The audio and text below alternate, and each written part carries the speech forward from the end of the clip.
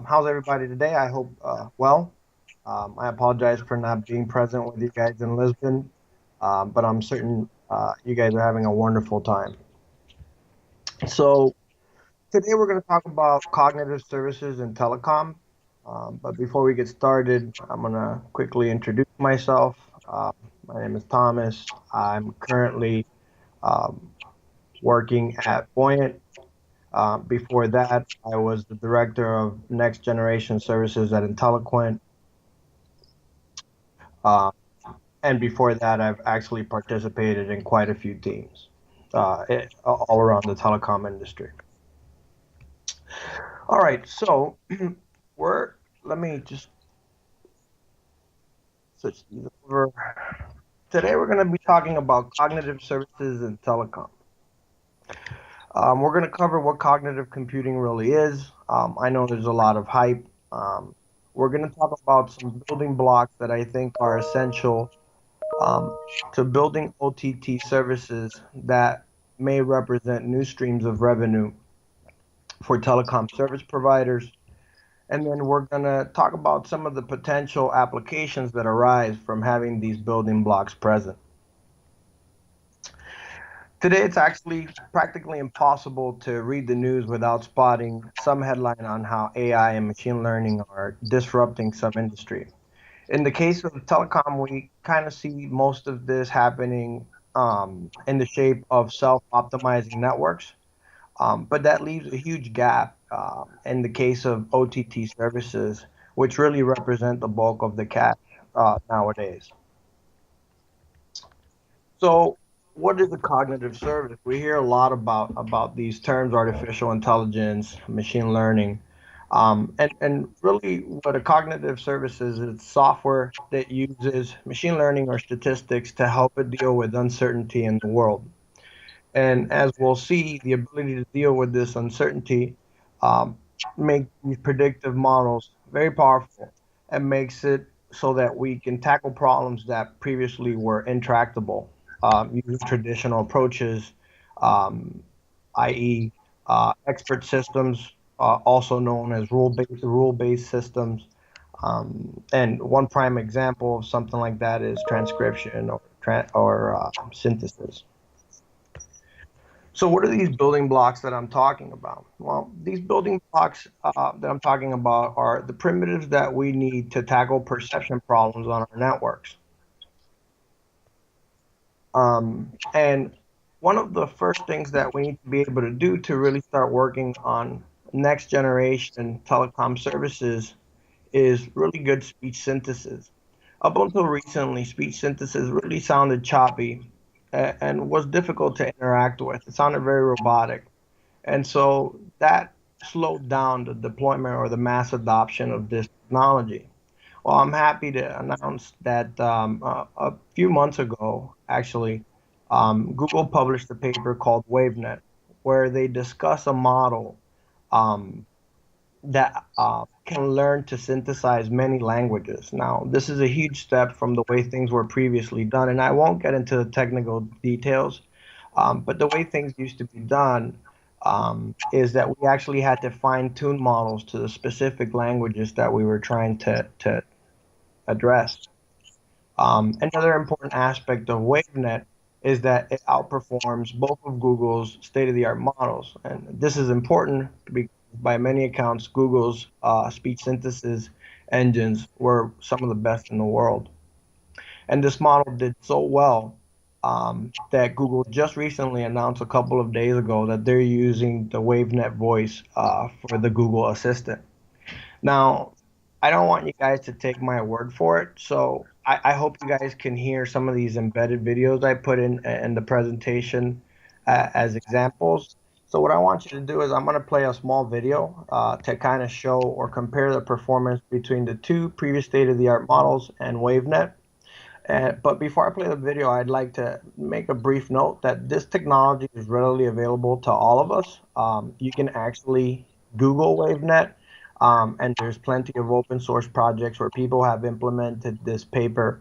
And so the things that I'm discussing today are all are all easily accessible, just so that everybody's aware. So here goes. Lagoon is a 1980 American romance and adventure film directed by Randall Kleiser. Aspects of the design in English poetry and painting, 1770 to 1850. The Blue Lagoon is a 1980 American romance and adventure film directed by Randall Kleiser. Aspects of the design in English poetry and painting, 1770 to 1850.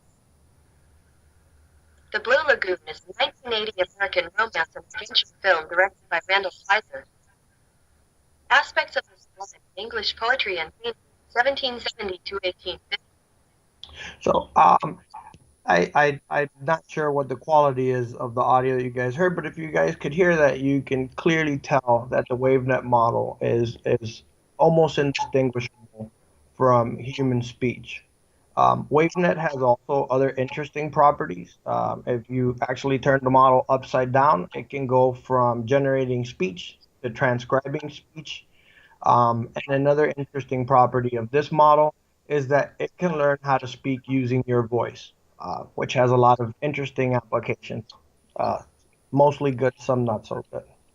Um, that would have a significant impact, for example, in speech biometrics. All right, the next primitive that we really need to work well, that hasn't been working very well up until recently. Jeez, sorry guys. Okay, is transcription. And so transcription has been really good with very short utterances, in a quiet setting. But that's typically not the way people interact. We typically like to hang out and interact in noisy environments such as cafes or busy office spaces.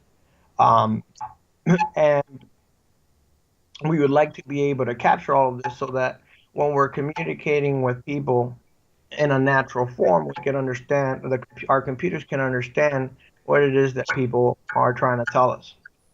And so Baidu has given us this amazing paper called Deep Speech. Again, there are open source deep speech models out there. This has similar properties to the speech synthesis model in that one model can be learned, can learn to handle many languages without any special fine tuning. And for any of you that have worked on these kinds of systems, you can appreciate the benefit of such a property. In particular, deep speech has been shown to do transcriptions comparable to transcriptions provided by people transcribers on Amazon's Mechanical Turk. And then my last point on this before I show you a demo, and I think the most important is that this model can actually do a relatively good job in really noisy environments. And that's extremely important if we want transcription to really see widespread adoption, and people to build other services on top. And so what I did here is I actually included a video as well on this one, um, because it's always better to see. And so I'm gonna play this so you guys can kind of get a feel for how this model does. This reality begins to explain the dark power and otherworldly fascination of 20,000 leagues of distant universe. Nemo builds a fabulous futuristic submarine, the Nautilus, then conducts an underwater campaign of vengeance against his imperialist oppressor. His specifications for an open-sea submarine and a self-sustaining diving suit were decades before their time, yet modern technology bears them out time ago. And as you can see, that was a relatively difficult set of utterances to transcribe, and the model did a really good job. Um, in particular, if you go online, you can find examples where people have applied models to noisy environments, and it's actually pretty surprising how well these models handle this. And so, whoops. Lastly, the last primitive that I want to talk about today, and a very important one, is neuro-machine translation. Now, unlike the last two that I discussed, synthesis and transcription, translation is not quite there yet, but we're getting a lot closer. Um, as it turns out, these models, when they learn more languages, they actually get better. And Google, I believe, published an article about a year or two ago where they had made a discovery that their neural machine translation models were learning how to translate between languages that they had never seen examples for before. For example, if I had taught this model to translate between English and French and between German and Spanish, the model would automatically learn the proper translation between French and Spanish, even though it wasn't explicitly taught to do so. So that's very powerful. And I think this is ultimately very important because we want to communicate with people in their native tongue, which is where we get the most expressiveness. So once we have these primitives and working really well, this kind of opens the door for what I believe will be the next generation of telecom services. And these services are broad, and there's quite a few of them. So what I've done is I've gone and listed a couple that are pretty obvious. One of them is audio search.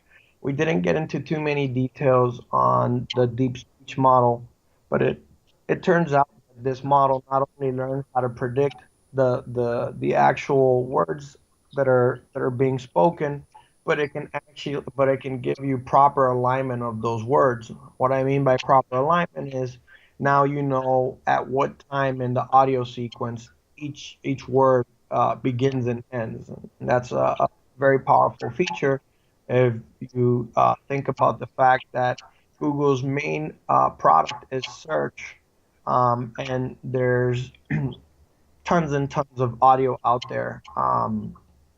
That could be searched just like Google searches text.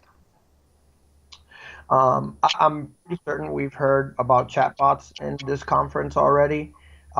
They're really practical in the case of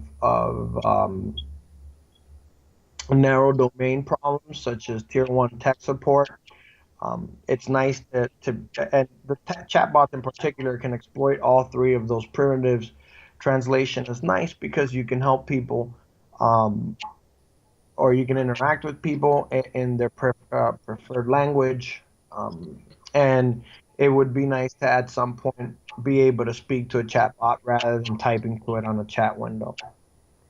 In the case of IoT, there's already technology exploiting these primitives. Many of us have Google Homes or Alexas in our homes. This is a prime example of a next generation service um, that the market is actually primed for, considering Alexa's success. Natural language processing is pretty obvious and self-explanatory. And I want to come back to that one because that one goes to the description that was posted on this talk. There's a lot of talk about personal assistants. As a matter of fact, at my team right now, we're building an intelligent personal assistant. Stay tuned for news for that. Speech translation stands on its own. I think that's pretty obvious. Anytime we can reduce the friction in communication between people, there's a lot of value there. And sentiment analysis is unique in that it gives machines a naive form of emotional intelligence. And I say naive because emotional intelligence is actually a pretty complex topic. And it's much more complex than good, bad, or neutral. And really, the list just goes on. I just kind of stated the obvious paths. And not only is it the future for us, but it's already here in the form of, again, Google's Home, Alexa, and I believe as of recently, I'm sorry, I don't have an Apple device, but anytime that you get a voicemail, Apple transcribes it for you. So we're seeing a lot more of this stuff come to life. Now, before I conclude, I want to go back to NLP. And natural language processing is important because it gives us the ability to personalize or provide very personalized services to our customers. Um, if you think about the fact that Google has built a $500 billion valuation um, by building these profiles of their users based on limited interactions, you can extrapolate that to the fact that speech communication is rich. It's very rich, and it basically goes untapped every day. And so, in telecom as an industry, we have the potential to tap into basically an unlimited amount of information that can help us better tailor our services to our customers. I hope that Alan invites me back again next year where I will demo a lot of these technologies as I see them. Um, and I'm hoping that most of us will start thinking more about how we can use these very interesting ideas to improve the state of our industry. I know we have a small slot, so I kept it kind of short and sweet, and I'm kind of just gonna open it up to some questions. Thank you very much. Excellent. Thank you so much, Thomas. That was great. Please, a round of applause.